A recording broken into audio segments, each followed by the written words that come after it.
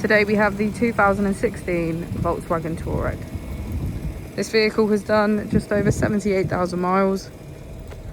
It has an automatic transmission and a diesel fuel type.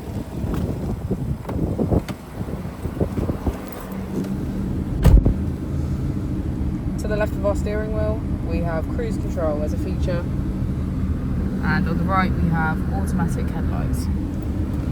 Moving on to our screen, we can access radio, media, smartphone integration, climate control, navigation, traffic reports, setup, and our vehicle status.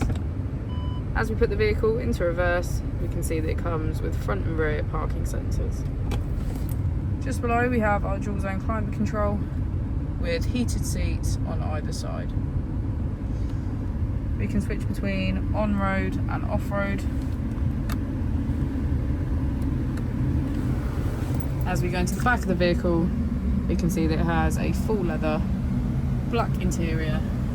Get a good view of our panoramic roof.